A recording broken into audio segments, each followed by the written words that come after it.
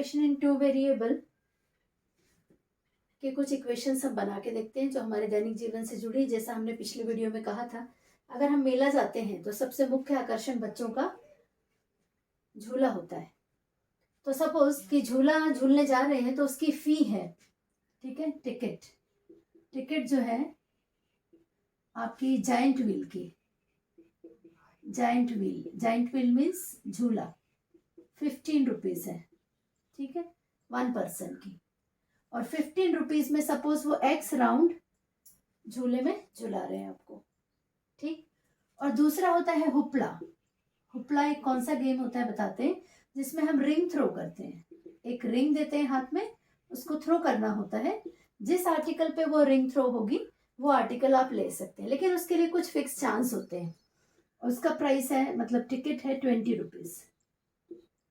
जब शॉपकीपर से पूछा मेले में हमने कि कितना टाइम हमको रिंग थ्रो करने के लिए मिलेगा हुपला गेम में, तो शॉपकीपर में डायरेक्ट जवाब ना देकर क्या बोला, उन्होंने कहा कि जितना राउंड आप झूले में झूलोगे, ये एक्स राउंड हमने लिया ना, झूले में आप जितना राउंड झूलोगे 15 रुपीज में, उसका हाफ। तो सपोज कि एक्स राउंड घुमा रहे हैं झूले में, तो हुपला खेलने के लिए कितना मिलेगा, हाफ ऑफ एक्स। तो ये हो गया एक वेरिएबल एक्स। दूसरा जो वेरिएबल है, क्योंकि हमको linear equation in two variable लेना है, तो मान लो कि नंबर ऑफ रिंग थ्रो जो है वो हमको y टाइम्स मिल रहा है। तो इक्वेशन आपकी तैयार हो गई, y is equal to half of x.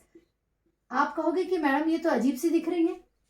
हाँ, क्योंकि ये है इंडिपेंडेंट और ये है पूरी तरह dependent. y is dependent variable. हमें नहीं पता कि कितने बार हमको थ्रो करने मिलेगा। क्यों? क्योंकि जितने बार राउंड लगाएंगे उसका हाफ। तो अब ये नहीं पता कि यहाँ पर मेले में कितना राउंड लगाया जाएगा। तो मान लो उसको x मान लिया, तो half of x is number of times we can throw the ring. ये आपकी एक इक्वेशन तैयार हो गई। लेकिन आपको इसको देख के अजीब सी लग रही होगी, तो हम इसको टू वेरिएबल में कन्वर्ट करते हैं बच्चों, क्रॉस मल्टीप्लाई करते हैं, तो we will get 2y is equal to 1x। और थोड़ा स्टैंडर्ड फॉर्म में बनाएंगे तो 2y minus 1x is equal to 0। यहाँ पे आप इजिली देख सकते हैं, value of a is 2, value of b is -1 and c constant 0 हो सकता है, जो कि हमने इससे पहले देखा था। ये आपकी फर्स्ट इक्वेशन तैयार हो गई। This is one equation in two variable. और अच्छे से लिखना है स्टैंडर्ड फॉर्म में, तो आप लिख सकते हैं -1x plus 2y is equal to 0। चलिए हम सेकेंड इक्वेशन बनाते हैं। सेकेंड इक्वेशन भी इसी तरह आसानी से बन जाएगी, क्योंकि एक्स राउंड, ये एक्स बार लेंगे आप, तो 15 रुपीज लग रहे हैं, तो 15 इंटू एक्स। सपोज आप झूले में 3 बार बैठते हो, तो आपको यू हैव टू पे 15 3 45 रुपीज, प्लस रिंग आप y टाइम्स खेल रहे हो, तो 20 इंटू वाई। टोटल आपके पास कंडीशन ये है कि आपके घर से 100 रुपए दिए हैं। उस 100 रुपए में आपको दोनों इवेंट को इस तरह से मैनेज करना है कि आप दोनों इवेंट्स में भाग ले सके। ये आपकी सेकेंड इक्वेशन तैयार हो गई। अब इन दोनों इक्वेशन को जब हम साथ में कंसिडर करेंगे, तो we call it as pair of linear equation in two variables. दो इक्वेशन भी हो गई, दो वेरिएबल्स भी हो गए, और हमने अभी जस्ट पढ़ा था कि दो वेरिएबल्स सेम होने चाहिए दोनों इक्वेशन में। ऐसा नहीं कि यहाँ एक्स वाई ले ली और यहाँ पी क्यू या ए बी ले लिया, तब 4 वेरिएबल्स हो जाएंगे। तो variable should be same and we have to take 2 equations. तो ये हो गया साइमल्टेनियस लीनियर इक्वेशन। अब ये सवाल आता है कि इसको हम कैसे सॉल्व करेंगे। So there are 3 different methods to solve simultaneous equations. Simultaneous equations को सॉल्व करने के 3 different मेथड्स हैं, ठीक है, methods to solve. First one is graphical method. Graphical method पिछले वीडियो में हमने देखा था बच्चों। ग्राफिकल मेथड में क्या है, हमें एक सिंगल लाइन का ग्राफ तैयार करना है, that is a straight line. दूसरी लाइन का भी ग्राफ तैयार करना है, that is again a straight line. 2 straight line हमें मिलेंगी, तो ग्राफिकल मेथड ले सकते हैं सॉल्व करने के लिए। दूसरी मेथड है आपकी सब्स्टिट्यूशन मेथड। आप सब्स्टिट्यूट करके भी देख सकते हैं। सब्स्टिट्यूशन मेथड कैसे वर्क करती है, सपोज आपका मैथ्स का पीरियड है, मैथ्स के टीचर एब्सेंट है, तो पीटी टीचर या दूसरे सब्जेक्ट टीचर आपकी क्लास को लेंगे, ठीक है, फॉर सम टाइम उन्होंने सब्स्टिट्यूट किया उस पीरियड को। तो सब्स्टिट्यूशन मेथड यानी कोई एक एलिमेंट को हमें हटाना है और उसके बदले पूरी 2 इक्वेशन 2 वेरिएबल वाली इक्वेशन को लीनियर इक्वेशन इन 1 वेरिएबल में कन्वर्ट करना है। इसी के जैसे सेम एक और दूसरी मेथड होती है एलिमिनेशन मेथड, लेकिन एलिमिनेशन मेथड में एलिमिनेट करना है यानी कोई एक वेरिएबल को पूरी तरह कैंसिल आउट करना होता है कोफिशिएंट को इक्वल करके। तो ये सब हम डिटेल में पढ़ेंगे। Fourth one is cross multiplication method. Cross multiplication method, अब हम इन चारों मेथड्स को वन बाय वन पढ़ेंगे। तो चारों मेथड से हमें क्या कंक्लूजन मिलने वाला है, आप कोई भी एक मेथड अप्लाई कर सकते हैं। हमारे पास है 2 लाइंस है ना, तो 2 लाइंस कैसी हो सकती है, एक लाइन ये है सपोज, दूसरी लाइन ये मूव कर रही है, लाइन 1 लाइन 2, लाइन 1 या इक्वेशन 1 लाइन 2। 2 लाइंस कैसी हो सकती हैं, either they are intersecting lines, कहीं ना कहीं किसी एक बिंदु पे जाके इंटरसेक्ट करेंगे, और दे आर पैरेलल लाइंस, या तो फिर वो एग्जैक्ट बराबर बराबर दूरी पे होंगी पैरेलल लाइंस, या तीसरा केस है कि एक ही लाइन को पूरी तरह कवर्ड करेगी दूसरी लाइन। दैट मीन्स दोनों इक्वेशन एक ही लाइन को रिप्रेजेंट करेंगे। ठीक है, तो ये 3 केसेस इसमें हमारे डेवलप होते हैं, इंटरसेक्टिंग लाइन, पैरेलल लाइन और कोइंसिडेंट लाइन। एक ही लाइन दोनों इक्वेशन से बनेगी। ठीक है, तो सबसे पहले हम स्टार्ट करेंगे ग्राफिकल मेथड। सपोज कि ये जो है हमारे डेली लाइफ से जुड़ा हुआ एक क्वेश्चन है, इसको हम ग्राफिकली रिप्रेजेंट करना चाहते हैं, तो हम कैसे करेंगे बच्चों, तो दोनों के हम टेबल तैयार करेंगे। तो टेबल तैयार करने के लिए क्या होगा, पहले आप फर्स्ट इक्वेशन का टेबल बना लीजिए, देन सेकेंड इक्वेशन का टेबल बना के हम उसको ग्राफ में दिखाएंगे। एक्स और वाई, क्योंकि आपको पता है कोई एक इसमें से इंडिपेंडेंट वेरिएबल रहेगा और दूसरा डिपेंडेंट। मिनिमम 2 पॉइंट सफिशिएंट है, आप चाहें तो एक्यूरेसी के लिए 3 पॉइंट्स या 4 पॉइंट्स भी ले सकते हैं, दैट मीन्स ऑर्डर्ड पेयर्स जो हमको लेना है। फर्स्ट इक्वेशन को आप देखेंगे तो ये ऑलरेडी स्टैंडर्ड फॉर्म में है, -x + 2y = 0। इसमें हम डिफरेंट वैल्यूज रख करके, सपोज 2y को लेफ्ट हैंड साइड में रखकर 1x को राइट साइड ले गया, तो 1x विल बिकम +1x। तो y की वैल्यू आपको पता करना है, तो x के डिफरेंट वैल्यूज दीजिए। फॉर x = 0, x की वैल्यू आपने 0 रख दी, तो y की वैल्यू क्या बन गई बच्चों, x की वैल्यू 0 रख दी तो 0 × 0, y की वैल्यू क्या बन गई 2y = 0, so y = 0/2, that is again equal to 0। x की वैल्यू 0 रखने पर y की वैल्यू 0 फर्स्ट इक्वेशन में।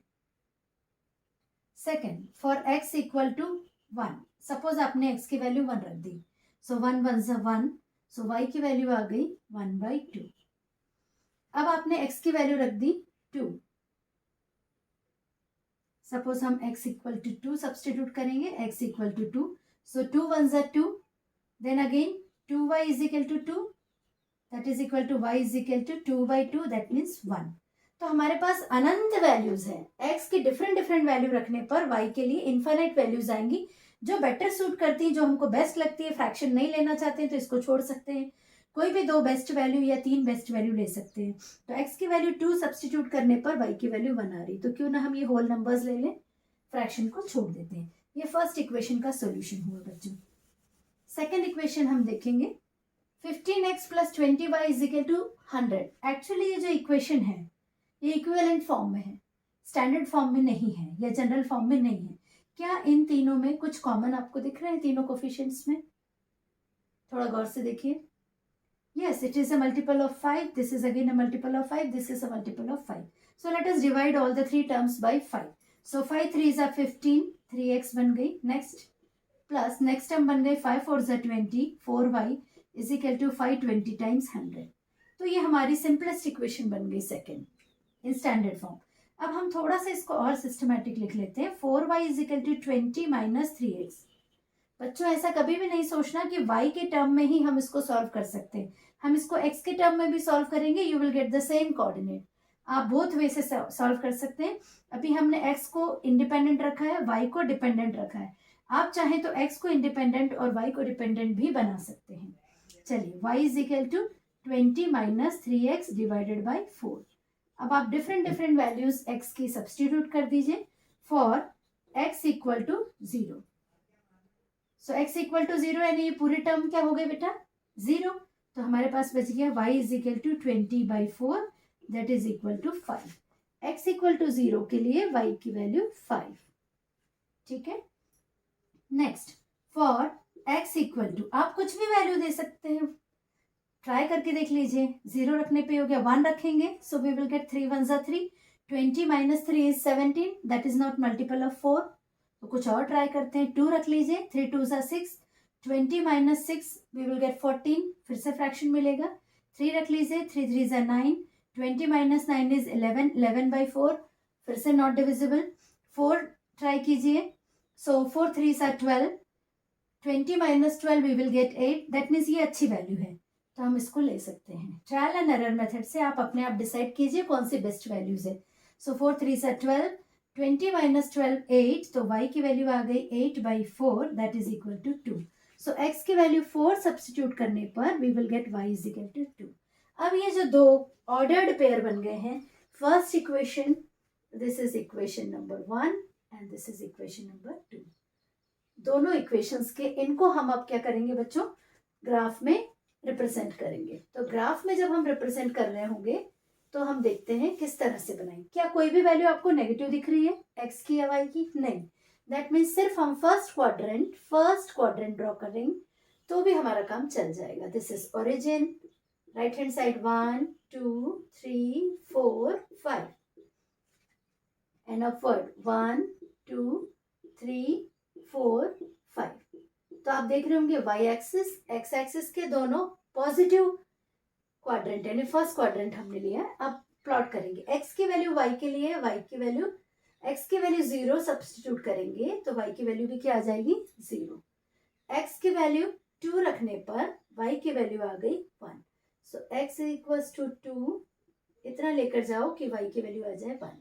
This is another point, this is point we can say A और ये पॉइंट B।